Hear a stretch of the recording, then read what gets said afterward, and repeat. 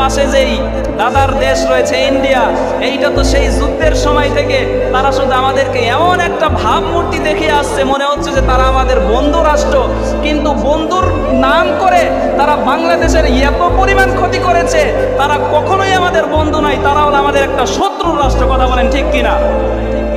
কারণ ইন্ডিয়া বাংলাদেশের কখনো বন্ধু রাষ্ট্র হতে পারে না। ইন্ডিয়ার ভিতরে বাংলার মুসলমানদেরকে এত পরিমাণ নির্যাতন করা হয়েছে, এমনকি শুধু তাই নয়, এখন পর্যন্ত নির্যাতন করা হয়। কয়েকদিন আগের ঘটনা, এই যে কয়েক বছর আগে বাবরি মসজিদ যেটা ছিল, এইটা নিয়ে এত মারামারি হলো, কত মানুষ মারা গেল, শেষ পর্যন্ত তারা ওইটাকে মন্দির বানিয়েই ছাড়লো। এই রিসেন্টলি কয়েকদিন আগের ঘটনা, মোগল আমলের আরেকটা মসজিদ ছিল, ওই মসজিদটাকে এখন হিন্দুস্থানের লোকেরা তারা নিজেদের দাবি করে বলতেছে যে ওইটাও নাকি তাদের মন্দির ছিল আগে ওইখানে, কিন্তু কোর্টে আগে এইটা জারি হয়েছিল যে এইটা মসজিদই ছিল এবং